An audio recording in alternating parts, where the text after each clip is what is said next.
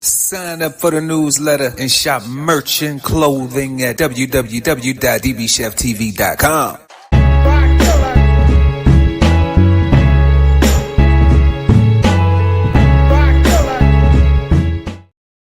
Good evening and welcome back to another episode of Brunch with the Fellas, bringing you the latest trending topic news and entertainment. I'm your host, Chef Erol Pearl at DBCHEFTV. Make sure to like and share this video. Also, subscribe to the channel and hit the notification bell so when I go live, you never miss an episode. Man, before we get into tonight's topics, y'all, real quick, we got 25% off merch right now at the DB Chef TV gift shop. We got a holiday sale going on. Make sure y'all go over there and check that out. It's 25% off the entire site, and that sale ends at midnight on January 5th, 2026. Also, head on over to www.bksoulfarm.com and check out 1016-160 Self-Sustainability by the God Ali Dawood El. It is a book that you need to have. Even if you don't read, it's something that you need to have because it'll be a tool just in case you decide to use it. So go check that out, y'all. We really appreciate when you do that. Also, your QR code will be up there to be able to go to the DB Chef TV gift shop. And like we always say, if money's tight, it's all right. You can just do something like smash the like. It's free. And we appreciate y'all for that too. So let's get into these topics for tonight, y'all. First, if ain't nobody heard, marijuana gets dropped to a Schedule 3 from a Schedule 1. So we're going to look at that and see what that's all about. And it's opening up some doors medically for some veterans and for other patients alike. But it's a good thing, though. I think it's a good thing. But we're going to get into it. Then we got number two. In light of the attack that happened on our National Guardsmen, men and women, service members, President Trump has decided to issue a travel ban. So we're going to check out the details on that. And, you know, Homeland Security always enforces that. And we're going to see what that encompasses. What's going on with that if you don't know what encompasses, the definition of encompass. So then, third, tonight we got Tory Lanez speaking from prison. Y'all know that he been down for a minute, serving a bid for shooting Meg Thee Stallion in the foot. So we're gonna look at that, and yeah, we're gonna let you know what we think about it. Let you know what I think about it. So let's get into these video clips right quick, y'all. Looks like changes are coming to the cannabis industry and beyond. Today, President Trump signed an executive order to reclassify marijuana as a less serious drug. Now, this does not legalize it, but as WMER2 News' Blair Sable explains, it helps many doors to open. When Jeff Jacobson, CEO of Storehouse Cannabis Dispensary in North Baltimore, got the notification Thursday afternoon, he was excited. Though marijuana is legal on all fronts in Maryland, businesses like his bear a different burden than other industries. I want to take one of these and this one. We're the only business in this country that can't write off regular business expenses like rent and payroll and accountants and legal. So you'll have situations where companies in this industry can actually lose money and have a tax bill on top of it. But President Trump's Hey, look, real quick though, before we continue with the video, that young lady right there, she sounded like she was high as hell already up in there. She said, I want to take one of these and give me that one too, and then give me that one and give me that. I'm gonna tell you a quick story. I went to Vegas for the first time some years back. When I was on active duty, and they had just legalized adult use and recreational use. Me and my wife was just going on a trip, hanging out. And I said, you know, I just wanted to go to the dispensary and just see it, just experience it. You know, I knew I couldn't partake of anything, but you know, I could still go in the store and look and see what it was, coming from an era where it used to be illegal, you know, and even currently in certain states now, you know, it's still illegal. So I went in there and it was an experience. Like I had never seen anything like that. All the flavors, you know, just this type of kush, that type of kush, this type of that, this type of, all the different names and so many different products. I saw pop, I seen popcorn, I seen chips and fruit, dried fruit, and candy covered, infused, like snacks and cakes and brownies and so many different things. I just was unaware that the cannabis industry had, you know, morphed into such a big industry. But like he was saying, the owner of that particular dispensary, now with this legislation, they'll be able to do things business wise. So that's another reason why why we look at these things, for everybody who's looking at the entrepreneurial aspect of the cannabis business. Then, you know, now with these type of legislation moving forward, now banks are more likely to give you a loan. You know, you gotta have a business plan and everything, but now they're not frowning on it. Now you can get your tax deductions, like he was saying. You could be able to write off your employees, because see, businesses write you off. If you don't know, if you work for somewhere, they writing you off. Okay, you're an expense to their business to pay you as an employee. So along with the trash bags and the gloves and the fries and the bags that go in the fries, you know. So don't hate the game, learn the game, you know, and understand what a business is and become a business owner, you know. But this legislation right here is allowing people to be able to do that now, who desire to do the work to get the results, like that guy who was just speaking in the video. And we're gonna go ahead and continue rock out with this. Executive order to reclassify cannabis from a Schedule 1 to a Schedule 3 drug would change that and more. We felt that it was unfair along the way. This is certainly a relief and something we've been looking forward to.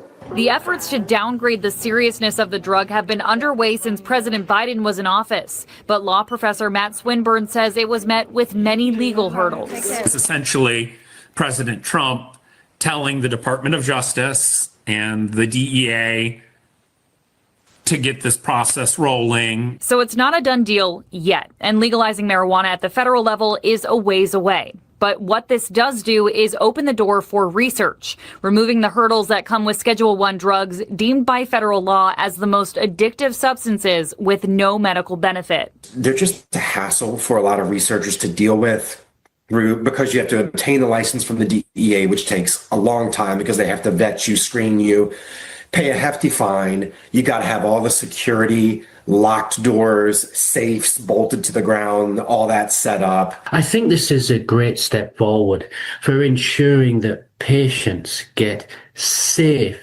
access to cannabis as a medication. Ultimately, it could mean turning the tide for public perception, too. In Baltimore, Blair Sable, WMAR 2 News. Yeah, as a vet, you know, I ain't gonna put all my business out there in the street, but if I could substitute something with something like that, you know, I remember back in the day before I went to the military, you know, I used to be a little smoked out, you know, but definitely, it is progress moving forward, y'all. So, you know, if you interested in not just getting high, you know, or maybe you have a medical condition and want to see what the alternatives are, you know, if you live in a state that isn't there yet, then, you know, that may be something to reach out to your Congress member and let them know, like, hey, we ready for these initiatives. It's good at the federal level. So, you know, let's try to get it on the local level. Let's get it on the state level, you know, see what we can do. Because I know it's something people got You know, everybody always looking to make some money. So, you know, as a patient, you may be looking for some medication. As an entrepreneur, you're looking for an opportunity. So, but in both cases, they're looking for opportunities. One, to be able to manage whatever ailment they have, or relief for whatever ailment they have. And then, you know, as an entrepreneur, you're trying to relieve your struggles of being broke and make some money. So we encourage both of them. That's good, because marijuana should have never been on the list with heroin and cocaine. Like, never. That's crazy. Let's get into this second topic tonight, y'all. This DHS story from the two National Guardsmen that were assaulted. One passed away. Rest in peace, and condolences to that service member and their family and everyone that they left behind. And this is the outcome of that. So we're gonna go ahead and check out this and see what they talking about with this. Well, in a sweeping move, President Trump has signed a proclamation widening the U.S. travel ban to 39 countries, citing national security. And it comes after an Afghan immigrant was charged in the shooting of two National Guard troops last month. For insight on policy changes and the impact for certain foreigners is Miriam Masumi Dowd, principal attorney at Johnson and Masumi. Thank you so much for joining us, Miriam, this morning. Thank you. Good morning. All right. So, Miriam, this targets people traveling into the country and people that are already here. Can you break that down for us? Yes, the expanded travel ban essentially prohibits immigration from people from additional countries, which include Burkina Faso, Syria, South Sudan, Mali, Niger, and also individuals who are from Palestinian territories who hold Palestinian Authority travel documents. So they can no longer come to the United States on immigrant visas or non-immigrant visas. And what this travel ban has also done is it has taken away the ability of U.S. citizens to petition for their family members to come from these countries.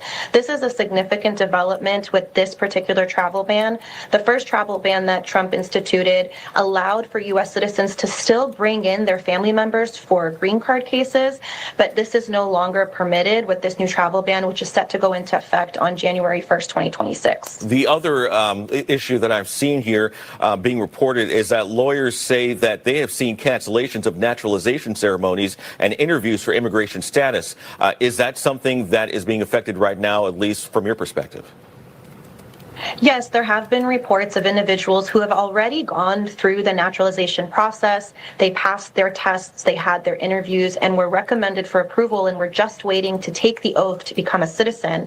And then abruptly, those citizenship ceremonies were canceled. And these are for individuals who are from the travel ban countries, which is very disturbing. It pretty much puts people in a legal limbo process. And it's unprecedented to have someone who's gone through the entire immigration process, who's gone through vetting, who's gone through background checks, and has essentially proven their ability and eligibility to become a U.S. citizen, and now that's put on pause. And Miriam, is it clear what will happen to those people now? Because if you're stuck in this legal limbo, you don't know, you can't take the naturalization, the oath, and you were supposed to go in for that part of the process, which is likely taking some time for you to get.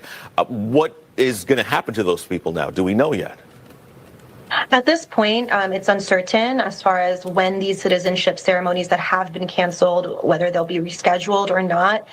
There are efforts to litigate this very issue of people whose immigration applications have been paused, who are nationals of the travel ban countries. However, the courts have not intervened at this point to compel the Immigration Service to make these ceremonies go forward, or these adjudications of other applications. So it's a wait and see game at this point. So who will they wait and see? Is there enough?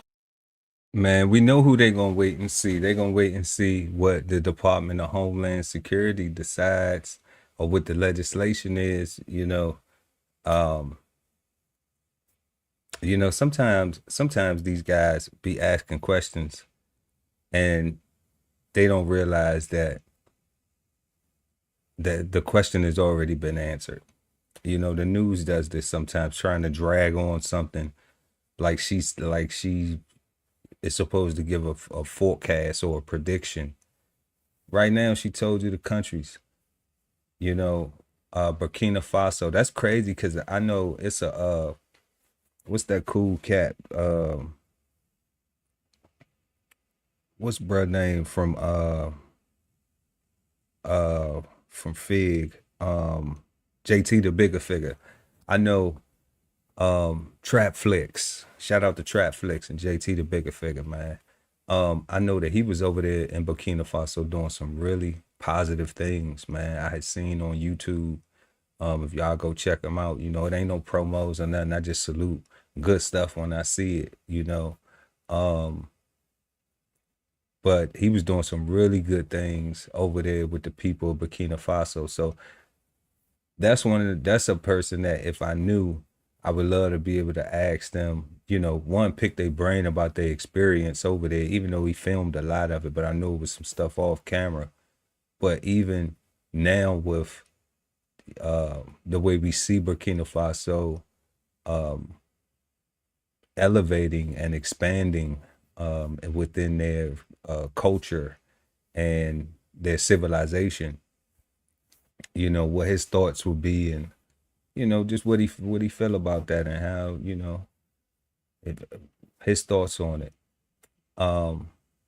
But I wonder if he can even travel and go back over there now with this ban, because you know they were saying a lot of things about people who are already here not being able to petition or fill out even paperwork to get their relatives to come here, you know.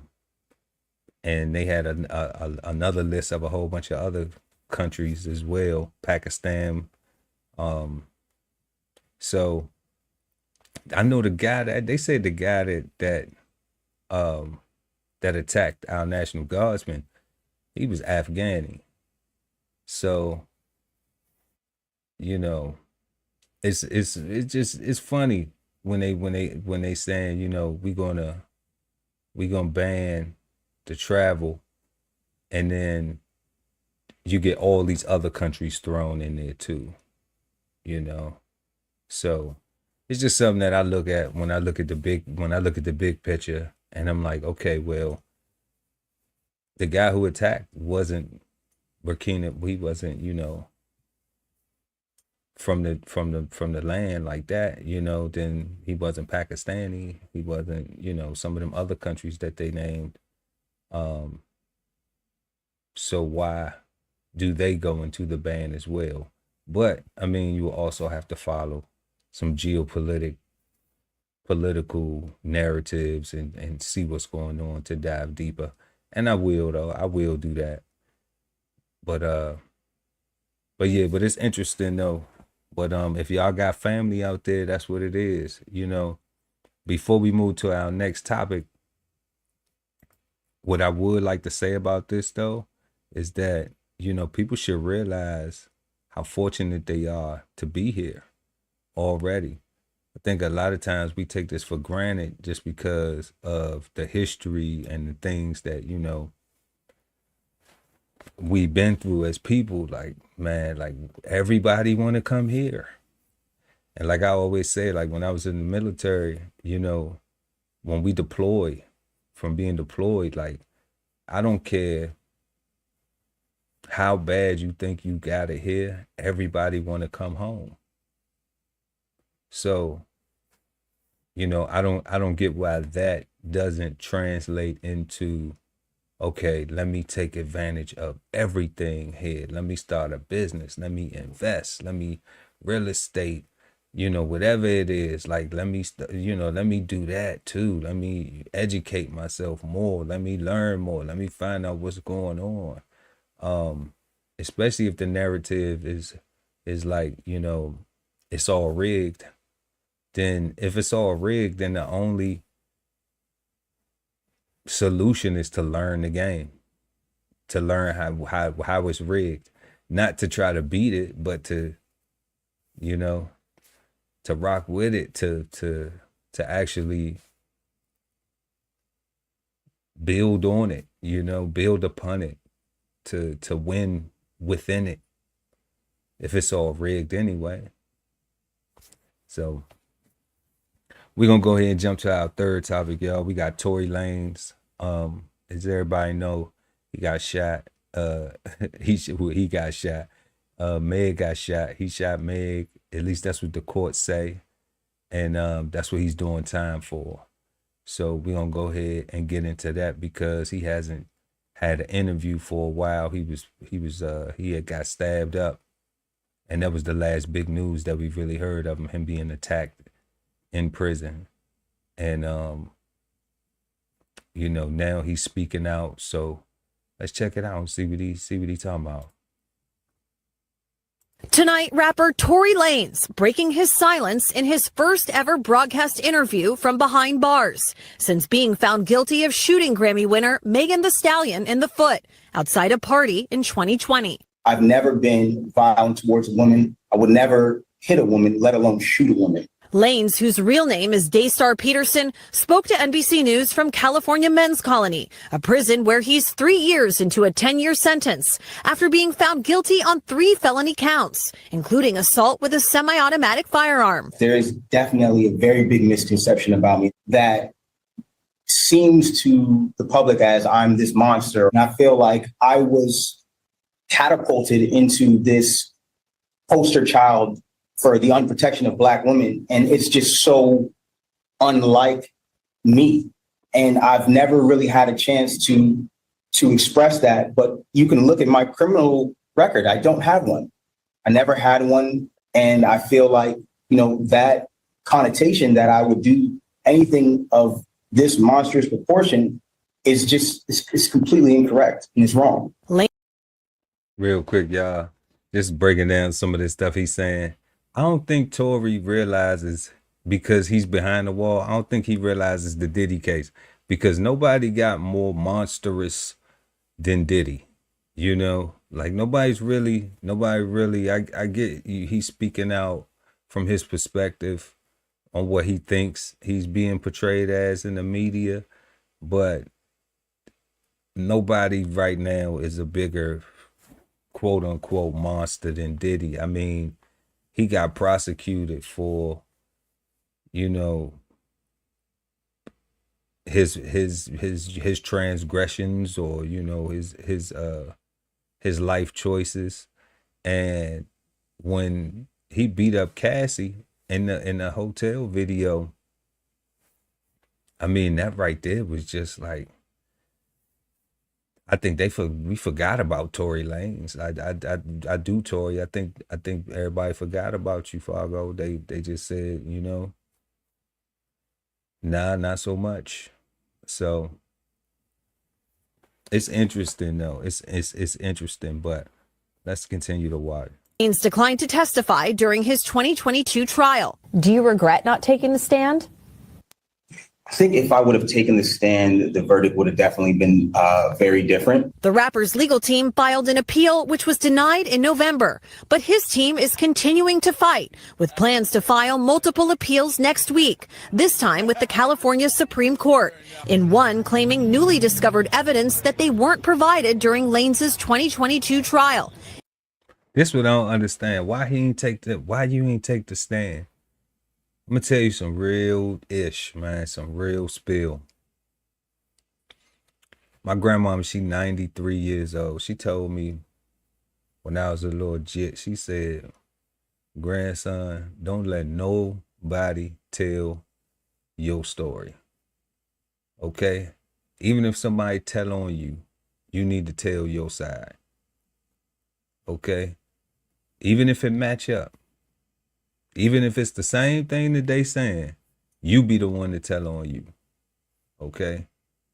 Don't let nobody tell your story. So I don't see how your life could be on the line. All right. Well, I mean, your freedom could be on the line. You out here popping tags and chains and popping and doing what you want to do, and late night Calabasas and LA and Toronto and, Tokyo and everything else. So all that's being taken away from you. And you ain't gonna take the stand and be like, I did not shoot that girl. I did not shoot her. You know? So I don't know. I don't know, y'all, with this Tory Lanez situation. Let's run the tape real quick. Including hundreds of pages of medical records for Megan Thee Stallion, whose real name is Megan Pete, which they allege raise questions about the fragments removed from her foot after surgery. His team argues that the fragments were not provided ahead of trial and that this was a violation of due process. And we didn't have that chance. Or perhaps we could have questioned the doctors differently when they were on stand to impeach them, because it does look suspicious. But in the appeal denied it. Let me tell you something. Anybody who have an attorney, now I don't know the ins and outs of this case, but anybody who have an attorney, that attorney is while you going through an appeal talking about, giving an interview talking about, I don't know why we didn't ask those questions. We could have, blah, blah, blah. Man, I don't know. That don't look like that's good counsel. Okay, because if you're getting paid, you're getting paid. Yeah, I'm thinking too, but if most of the time, if you a defendant, you kind of a little nervous or something. Everybody ain't sharp. Everybody ain't been in the jam before. So they don't know, like, okay, well, I'm going to pay you because I have to have representation in the courts. Okay. But I'm also going to use my brain too, with what I'm paying you. So I'm going to put my money to work and I'm going to put my brain to work to research my own thing too, to make sure that if you don't ask these questions, I think of them. So we can ask all the questions that we need to ask to try to get all the information that we need to get to help me not have to be sitting still for 10 years or whatever the charge is, So I don't know, man. I don't know. It's still funny, but let's watch the rest of the tape. In November, the court did address the fragments, ruling that the surgeon's testimony was, quote, more than sufficient to prove great bodily injury on Pete. Proving something like this on appeal is tough. This is a really, really difficult appellate argument for defendants to prove, because they have to show if the evidence actually came into court, the jury would have found differently. It's an uphill battle, and it's something that often torpedoes any defense appellate argument. The Los Angeles District Attorney's Office and representatives for Megan Thee Stallion have not responded to NBC News' request for comment. I believe not only that I was wrongfully convicted, but the amount of new evidence that has emerged since that trial, I think, has been overwhelming. What has life been like in prison for the last couple of years? Truthfully, I've done my best to keep my head above water, but mentally, I've gone through trauma that I sometimes even struggle with, because I never imagined myself dealing with things that I would have to deal with. I've been stabbed 17 times. I almost lost my life. If you could say something to Megan Thee Stallion today, what would it be? I think that I wouldn't say something directly to her. I would like that moment to happen in person. We've both gone through a lot. There's this connotation that, like, I share this hatred for her, but I don't. I genuinely passed that. I'm at a place of healing in my life. I'm at a place of taking accountability for the things that I did wrong. And when I talk about my case, I don't want it to be taken as me coming at her, because it's not that. I'm just asking for somebody in the system to look at my case and look at the evidence and ask if this was fair. And with that, Chloe Malas joins us now on set. So, Chloe, Tory Lanez. Man, I don't know, y'all. Y'all let me know what y'all think about that in the comment section. But I mean, that's tough right there. My man said that he wanted to talk to her one-on-one. He wanted to have a one-on-one conversation. And what I haven't heard Tory Lanez say is I didn't shoot her. I haven't heard him say, like, I ain't shoot you. He's saying, I ain't mad at her. I ain't this. Like, do I have to be mad at you to tell you you lying on me? Do I have to do, is that the culture now today where you sound like a liar because you telling somebody that they lying on you? like what's going on out here, y'all? You know, I'm trying to understand it. Help me figure this shit out. Because if I ain't shoot you, then I ain't shoot you. You know, is it somebody he protecting? Is he saying, is he not trying to say something because he trying to keep it cool for somebody else? That's what it seemed like. Like, I ain't even gonna hold y'all. I ain't gonna cap you down. None of that. It seemed like, because he talking about, look at the evidence, look at the evidence, look at the evidence. When he could just say what they supposed to be looking at. So, you know, I think Tory Lanez is stuff between trying to be this tough ass nigga. And I use that word specifically because that is some what I call niggadom or nigga-ish. Okay? He trying to be tough and trying to stick to the street code. But meantime, in between time, he in a real place, going through real situations. So, I don't know. It looked tough because, you know, and shout out to Meg and Clay. We love them. You know what I'm saying? I love them together. I love black love. I love when love looks like loving. You know what I mean? But when it comes to Tory, like, hey, if you ain't do it, say you ain't do it. I haven't heard him say that he didn't do it. And maybe he'll get a pardon. Maybe that's what that's about. You know, he did take 17 in there. And who knows what that's about. But that shit crazy though. It look a little suspect though. But who knows? Who knows, man? Free Fargo, man. Free Tory Lanez. I don't know if he did it or if he didn't do it. They talking about evidence. He won't say he didn't do it. And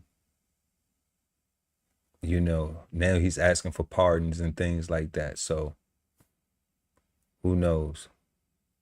Maybe he'll come home like Max B and French did, make America wavy. Maybe Tory will get to come home and make America swavy.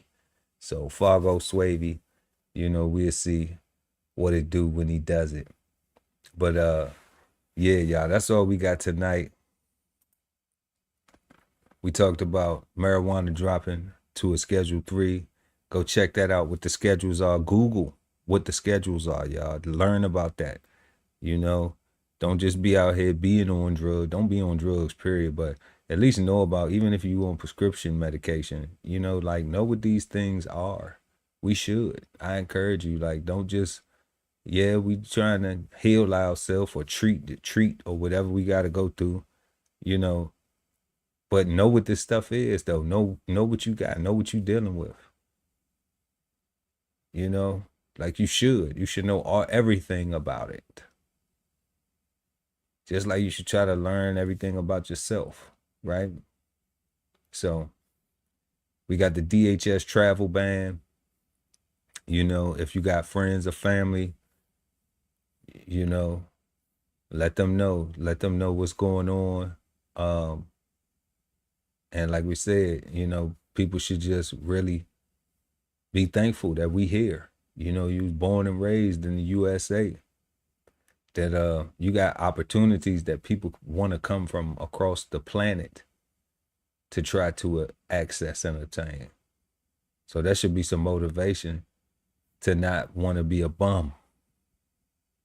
I would think so. And then we had Tory Lanez speaking from prison. And he said some things, but you know, I don't know, man.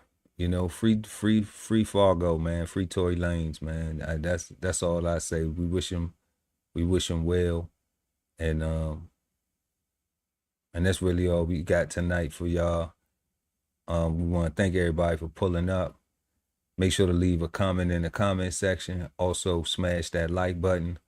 Don't forget, y'all, we got 25% off all merch right now going down at the DBCHEFTV gift shop. Holiday sale through January 5th, 2026 at midnight.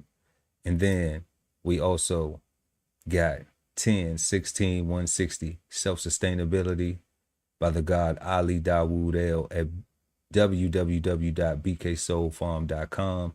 Y'all can go over there and get that right now. The perfect stocking stuffers. We also got all types of merch, everything. And like we always say, if money's tight, it's all right. You can do something free and just smash the like. And we always gonna appreciate you and love you for that. So make sure y'all come back next Friday, 9 p.m. East Coast time right here. Brunch with the fellas. Have a peaceful, positive, and productive weekend. It's almost Christmas. It's almost Merry Christmas, y'all. So, you know, we got Kwanzaa coming up too. Wow, we got Kwanzaa. We got 7 days of gifts. 7 days of gifts. Yeah. So, you know, we looking forward to all that too. So, y'all be good till next time. Chef Erol Pearl at DBCHEFTV, all social media. Like, follow, subscribe. Peace, y'all. This whole publication is all about going from nowhere to somewhere, right? Being able to stand on something so that you can travel in peace, right? So bksoulfarm.com, 10/16 160 self-sustainability. Jump on the list and get yourself together, right? Because it is irresponsible to not even know what responsibility means. So get yourself together, food, clothing, and shelter, protection of that, support your interests, and live. It's the most wonderful time of the year again, where families make new memories, share old memories, and celebrate the new year. So visit the DBCHEFTV gift shop for the best stocking stuffers to add to your holiday cheer. Enjoy 25% off our entire site now through January 5th, 2026. At the Veteran Kettle Podcast, we thank you for your service, support, and sacrifice to our country. Listen to real stories of adversity and triumph as we give our best to honor our vets. Subscribe today and watch episodes now streaming on YouTube at TVK Podcast, The Veteran Kettle. Love ain't always easy, and we won't stop until we get it right. So bring that ass to the Love Speak Podcast. Subscribe today and let your love speak at TLS Podcast, The Love Speak, now streaming on YouTube. If it's Friday night and you don't have a date, then Brunch with the Fellas is your spot, so don't be late. We go up at 9 p.m. with the trending topic news. Smash the like, comment, subscribe, and share the content. Don't be rude at Brunch Fellas, now streaming on YouTube. Exchange insights Sundays at 8 p.m. East Coast time with the Cigar Panel. Smoking on words like two big nerds. Hosted by DBCHEFTV and BK Soul Farm at Cigar Sundays on YouTube. Subscribe and hit the notification bell, so when they go live, you never miss an episode of Cigar Sundays Live. Sign up for the newsletter and shop merch and clothing at www.dbcheftv.com.